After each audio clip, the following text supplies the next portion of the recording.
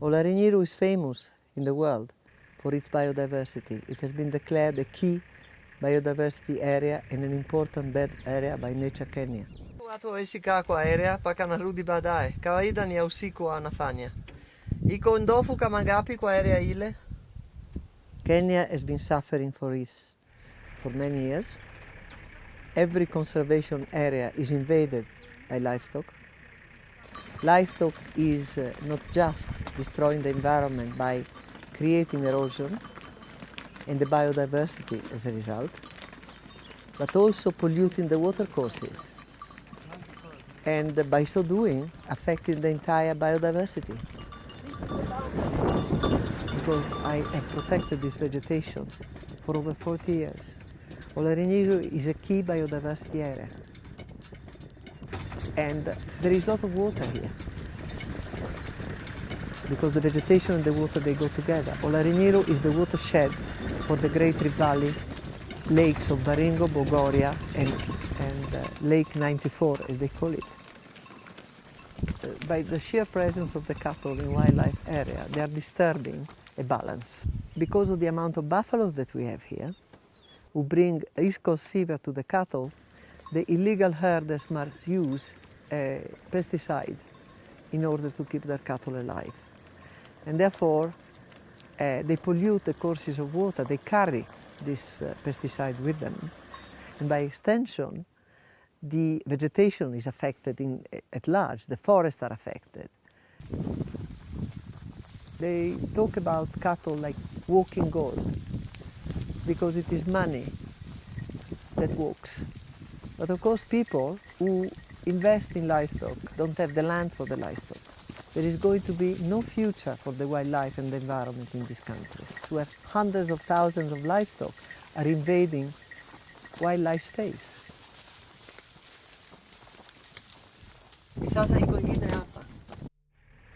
The most important thing is also to remember that it will not be a live elephant was it not for the space for this elephant.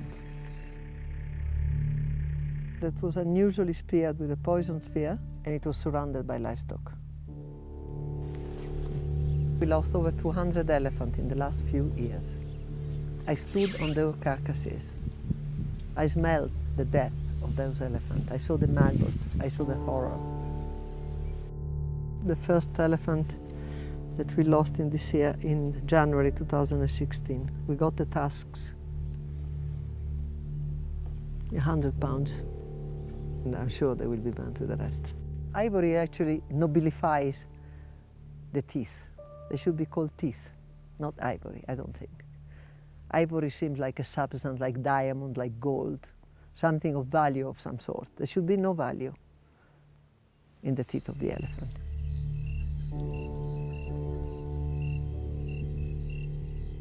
It is only a sad reminder that once those teeth were on a live, majestic, symbolic, iconic animal that walked Africa and is no longer there.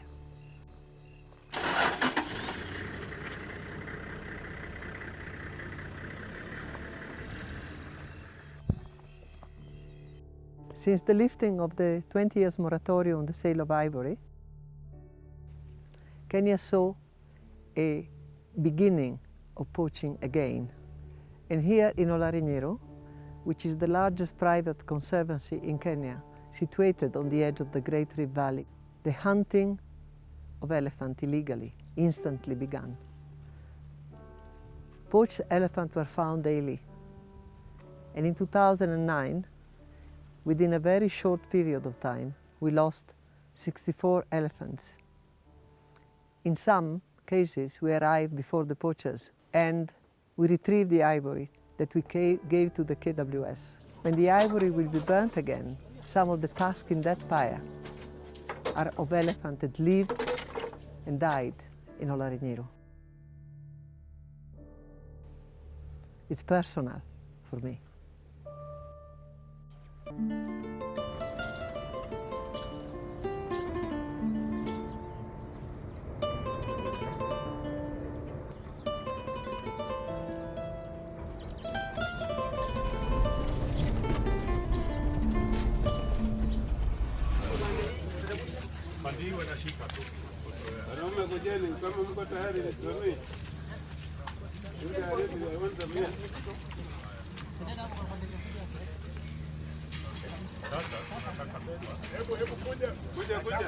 I'm Kitili Mbathi, Director General of Kenya Wildlife Service, and welcome to Nairobi National Park. We are in the final process of our ivory burn.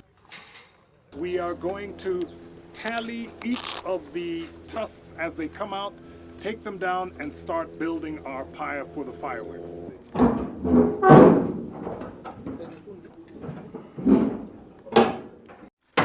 Okay, good. 6, if you, 8, 10, 10.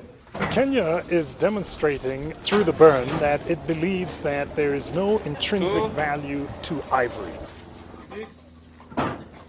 The only value in ivory is as tusks on the elephant. And what we're trying to do is stigmatize ivory jewelry, ivory trinkets, so that it plays a part in reducing the demand for ivory. Ultimately, we would like to see a total ban in the trade of ivory so our elephants have a better chance of surviving over the next generations.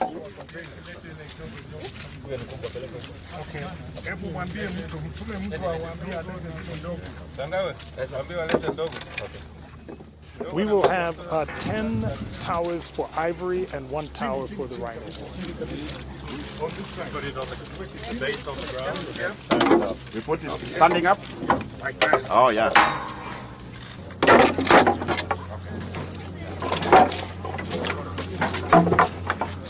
I feel very sad to see that so many elephants had to die, a lot of them through poachers. I think it just demonstrates that Kenya is very serious in its anti-poaching efforts, in its conservation efforts for the rhino and the elephant, and it is to encourage a movement to ban the trade, global trade in ivory and rhino horn.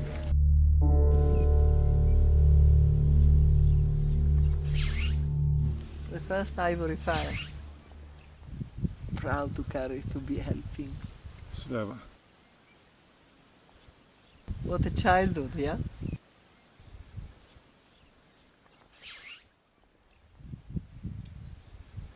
This burn is a clear message to the world that Kenya will not tolerate illegal wildlife trade in any form.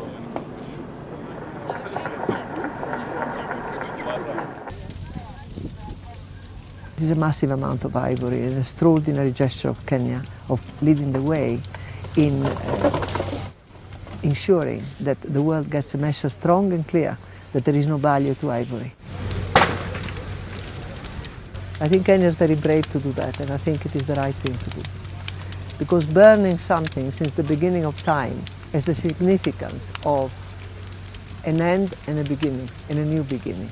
A fire can be purifying, a fire can be destructive and horrible, but there is something in the fire which is definitive, going up in smoke means destroying forever something that sometimes should be destroyed. There is no beauty in a tooth. It should not become an item that people covet to own and to show off and to display on their mantelpieces like beautiful objects. There is nothing beautiful about it. And people forget when they go into shops in Beijing or in Thailand. People do not make a connection between the object they have on their mantelpieces or on the table and the agony, the horror, the fear, the danger, the death. The ivory that belonged to a live elephant should only be on the elephant.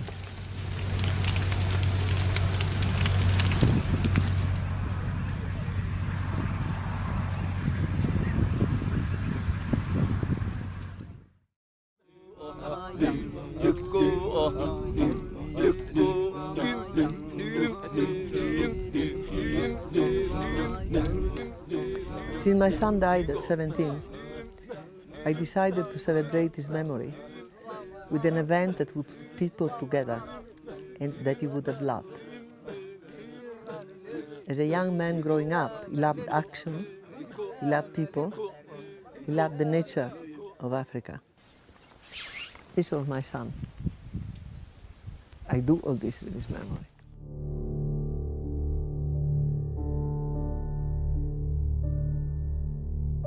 Putting people together across so many tribes who have been fighting was an idea that came to me in 2008 after Kenya was troubled by the post-election violence. And I changed the memorial to my son that was before a meeting of people competing and having fun into something that meant peace and reconciliation, in addition to being a memorial.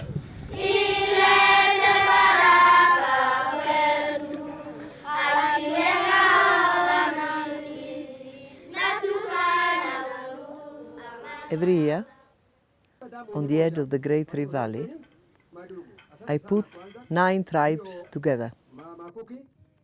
Some of those who have been in conflict over the past few years, and particularly prior to election.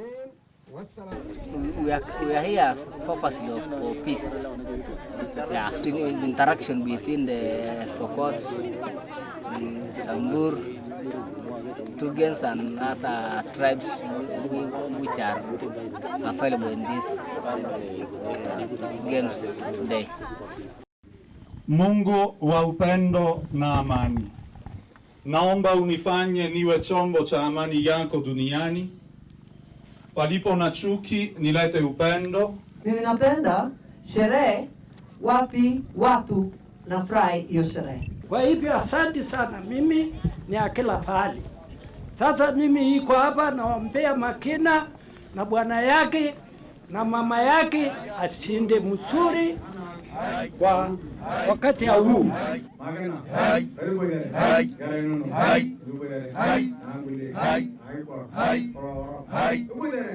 This is all about the Laikipia Highland Games. We are on the highlands of Laikipia, and these are games, and these games will soon begin.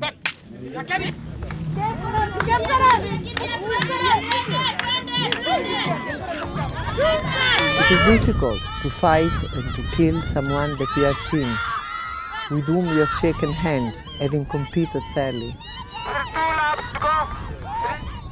The value of sport as a way of promoting peace are known and ancient, as ancient is nature in the Great Rift Valley. By putting young men together, running,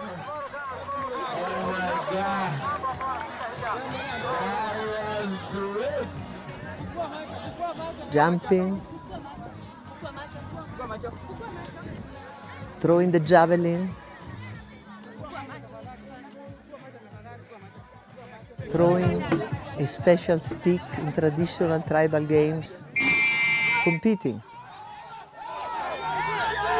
is contributing to peace and put people together in daylight, coming from far and wide along our boundaries of Laikipia Nature Conservancy or Larinero, the place of waters, that otherwise will never have a chance to find an opportunity to meet.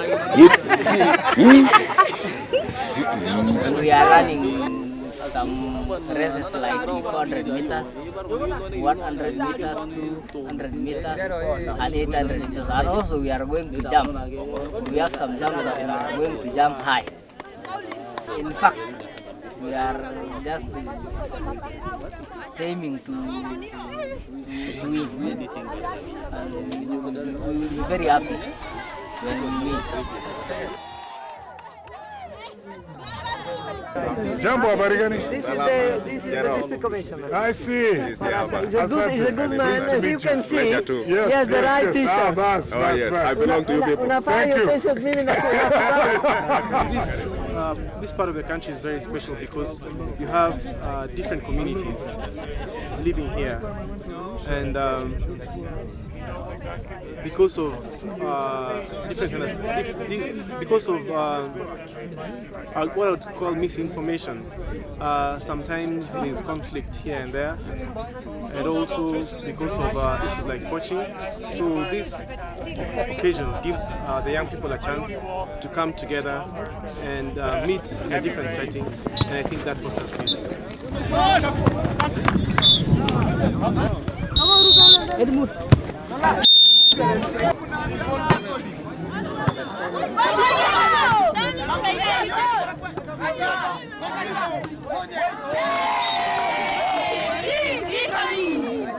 This is a private occasion, privately put together with our own strength, with our own people. So kama ni tia pamoja, kama ni call moja, alafu mnapiga tete.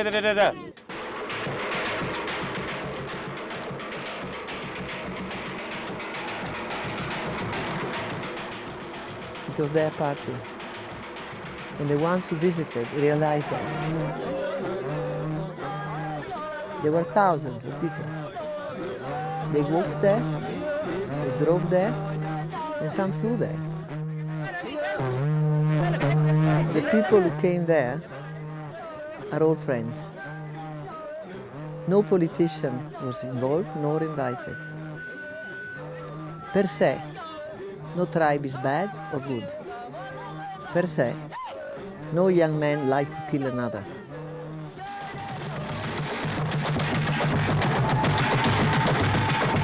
It is only incitement that creates the problem, and incitement to invade private land with livestock is also a problem.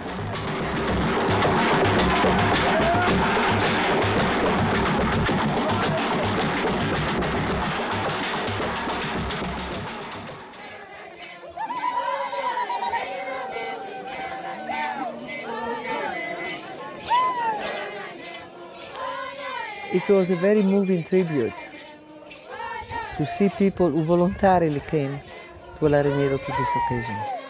Nasema asante, yeye ameingia kwa kundi ya watu mzuri sana. And to honor us.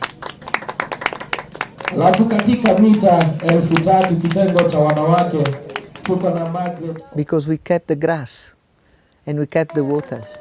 And we kept the trees and the only forest that remains in Laikipia, which is relic and pristine. I'm proud of that.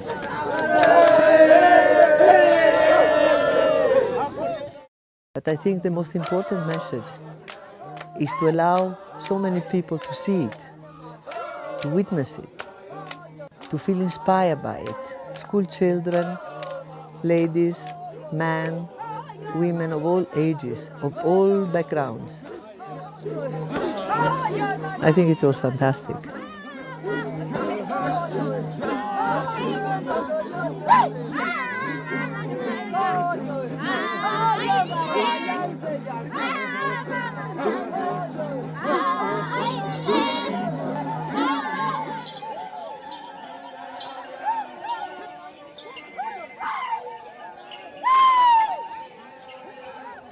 There are moments in the life of people which are turning points. In mine, this was the death of my son at 17, so soon after the death of my husband in an accident.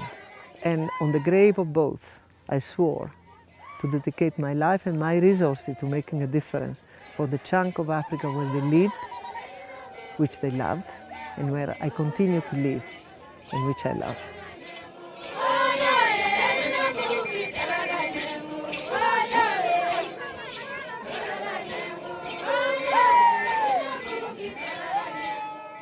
It can be done. We don't need to wait for new laws to be endorsed. We are the law. If we change ourselves, the world is changed. If we change our attitude towards the environment and towards each other, there is no need for war or conflict. It can be done. We've done it in Olarinero.